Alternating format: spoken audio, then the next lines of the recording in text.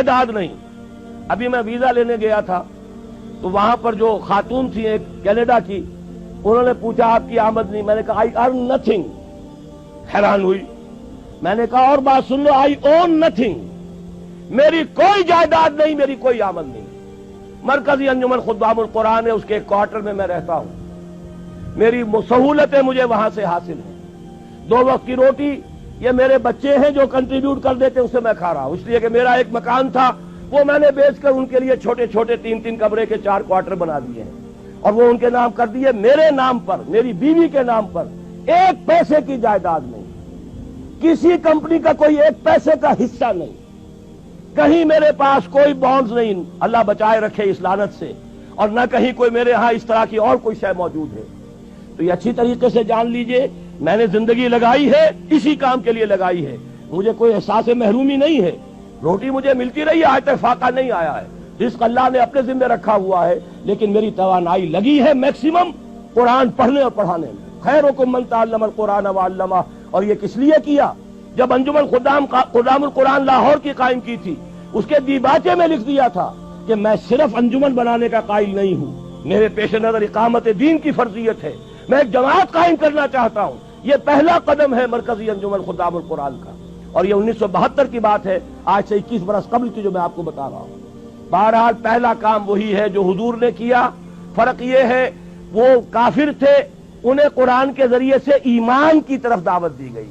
ہم مسلمان ہیں, ہمیں قرآن کے ذریعے سے تجدید ایمان کی دعوت دینی ہے. مرحلہ ایک ہی ہے, اس میں کوئی فرق نہیں. نمبر 2, وہ جو حدیث میں سنا چکا ہوں, آمرکم بخمس بالجماعت والسمع والطاعت والہجرت والجہاد فی سبیل اللہ. اب جو لوگ واقعتاً شعوری ایمان اختیار کریں, شعوری طور پر فیصلہ کریں کہ مسلمان جینا ہے, مسلمان مرنا ہے, ان صلاتی و نسکی و محیای و مماتی للہ رب العالمین, یہ طے کرے نا پہلے. صرف جلسوں سے تو نہیں ہوگا, یہ تو ہوگا تو پھر کچھ کرنے سے ہوگا. اور کرنے کے لیے میدان میں وہ آئے جو پہلے اپنی ذات پر اپنے گھر میں دین نافذ کر چکا ہو. اگر یہ نہیں ہے تو جھوٹا ہے, فریبی ہے, اسلام کا نام لیتا ہے. تو اپنی ذات پر اپنے گھر میں اسلام قائم کرو اور پھر جڑ جاؤ, ایک مل جل کر ایک جمعیت بنو, ایک طاقت بنو, ایک قوت بنو, جماعت بنو, حزب اللہ بنو. آمرکم بخمس, میں تمہیں 5 باتوں کا حکم دے کر جا رہا ہوں. جماعت کی شکل میں رہو, جماعت بھی ڈھیلی ڈھالی نہیں. بالجماعت والسمع والطاعت, سنو اور اطاعت کرو, لسن اینڈ اوبے. ایسی منظم جماعت. یہ منظم جماعت کیا کرے گی؟ ہجرت اور جہاد. ہجرت کے بارے میں پوچھا گیا, ای الہجرت افضل یا رسول اللہ, اے اللہ کے رسول یہ بتائیے سب سے افضل ہجرت کون سی ہے؟ فرمایا ان تہجر ما کرہ ربک, ہر اس چیز کو چھوڑ دو جو تمہارے رب کو پسند نہیں. یہی وجہ ہے میں نے جب جماعت تنظیم اسلامی کے نام سے قائم کی ہے, اس تنظیم اسلامی کی جماعت میں جو عہد نامہ ہے اس میں شمولیت کا, اس کی پہلی شق یہی ہے, انی اعاہد اللہ, میں اللہ سے ایک عہد کرتا ہوں, ان اہجر کل ما یکرہہ, ہر اس چیز کو چھوڑ دوں گا جو اسے ناپسند ہے. یہیں سے شروع ہوگی ہجرت. اسی کو کہا ہے یہ سب سے اونچی ہجرت ہے, افضل ہجرت ہے. اور اس کے بعد جہاد ہے, تن من دھن لگاؤ اللہ کے دین کے لیے, اللہ کے دین کی سربلندی کے لیے. اور اس کے 3 مرحلے آئے ہیں ہماری ایک حدیث کے اندر. تم میں سے جو کوئی بری کو دیکھے, حدیث بہت عام ہے, سب کو یاد ہوگی, اس کا فرض ہے طاقت سے روکے, اور اگر اس کی ہمت نہیں ہے زبان سے روکے, اس کی بھی ہمت نہیں ہے تو دل سے نفرت ضرور رکھے, اور یہ ایمان کا کمزور ترین درجہ ہے. ظاہر بات ہے اس جماعت میں, تنظیم اسلامی میں, اس حزب اللہ میں, اس خلافت کو قائم کرنے والی آرگنائزیشن میں وہی لوگ آئیں گے جنہیں بدی سے نفرت ہے اور نیکی چاہتے ہیں کہ قائم ہو جائے. وہ معاونین کی تحریک ہم نے رکھی ہے, تحریک خلافت کے معاونین.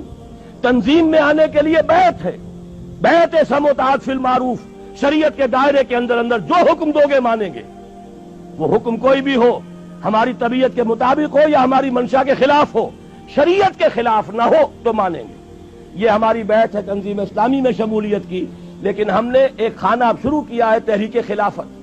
بتائیں تو صحیح لوگوں کو خلافت ہے کیا؟